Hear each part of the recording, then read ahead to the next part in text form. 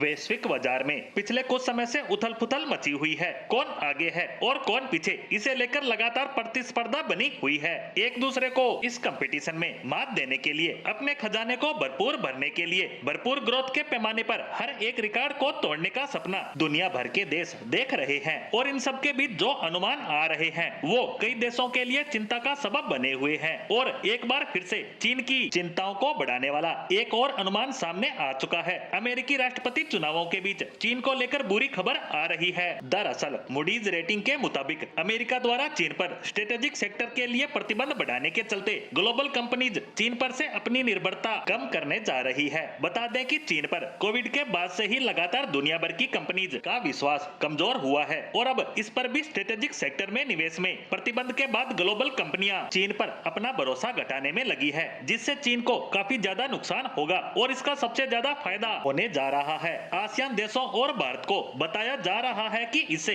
चीन को दो तरफा नुकसान होगा। एक तरफ विदेशी निवेश घटने से उसकी अर्थव्यवस्था सुस्त हो जाएगी, वहीं प्रमुख कंपटीटर भारत में विदेशी कंपनियों की दिलचस्पी बढ़ना भी शुरू हो जाएगी। एशिया में चीन के बाद भारत को एक मजबूत विकल्प के तौर पर दुनिया देख रही है। दुनिया भर की कंपनियां भारत में अपने निवेश को पहले से ही बढ़ाना शुरू कर चुकी है और रही सही कसर इस खबर के आने के बाद से पूरी होती दिख रही है। इसका सबसे ज्यादा असर एशिया प्रशांत क्षेत्र पर पड़ने वाला है। अमेरिका के इस कदम के असर की बात करें तो चीन के कंप्यूटर, इलेक्ट्रॉनिक उपकरण, इलेक्ट्रिक प्रोडक्ट और रासायनिक उत्पाद जैसे क्षेत्र जो अमेरिकी बाजार पर निर्भर है, सबसे ज्यादा प्रभावित होंगे। वहीं भारत की बात करें, भारत और दक्षिण पूर्व एशिया के कंप्यूटर, इलेक्ट्रॉनिक्स उपकरण, टेक्सटाइल सेक्टर को नए विकास के अवसर मिल सकते हैं, यानी इससे निश्चित तौर पर भारत को ही फायदा होने वाला है। मूडीज ने अपनी रिपोर्ट में कहा है कि जापान और कोरिया के ऑटोमोबाइल निर्माताओं के लिए जोखिम जहां बढ़ सकता है, वहीं भारतीय कंपनियों के लिए फायदा होने वाला है। अमेरिकी बाजार में जेनेरिक दवाओं के प्रमुख आपूर्तिकर्ता के रूप में भारतीय